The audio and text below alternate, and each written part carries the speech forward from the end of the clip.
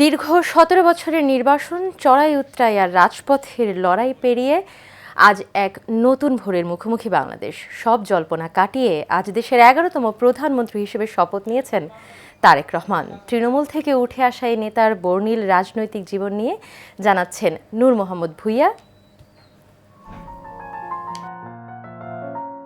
২০ November ১৯৬৭ রাজধানীর ধানমন্ডির এক কোণে যখন একটি শিশুর কান্নায় মুখরিত হয়েছিল আকাশ, কেউ কি জানতো এই শিশুই একদিন হবে কোটি মানুষের আশার বাতিঘর।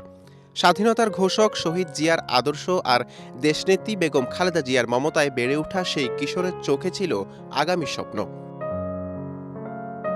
ক্ষমতার মোহে নয়, তারেক রহমান রাজনীতিকে দেখেছিলেন মানুষের দরজায় যাওয়ার চাবিকাঠি হিসেবে। তার তৃণমূল সম্মেলনে ছিল রাজনীতির এক নতুন ঘরানা।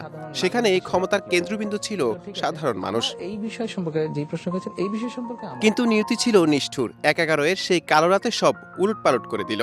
জেলখানায় অমানবিক নির্যাতন, জীর্ণ শরীর আর হুইল চেয়ারে বন্দী সেই দৃশ্য দেখে কেঁদেছিল পুরো বাংলাদেশ। স্বৈরাচারের শিকল তাকে বন্দী করতে চেয়েছিল, কিন্তু তার চেতনাকে দমাতে পারেনি। এরপর শুরু হলো দীর্ঘ প্রবাস জীবন। ৭ সমুদ্রের ১৩ নদীর ওপারে একাকী লড়ে গেছেন তিনি। মা জেলখানায়, তিনি নির্বাসনে। মা ও ছেলের এই বিচ্ছেদ ছিল বাংলার রাজনীতির সবচেয়ে বড় ট্র্যাজেডি।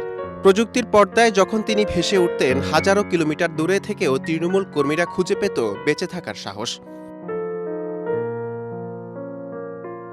তাই তো কোটি মানুষের চোখে জল আর আগামী স্বপ্নকে সঙ্গী করে শুরু হচ্ছে তারেক রহমানের নতুন অধ্যায়।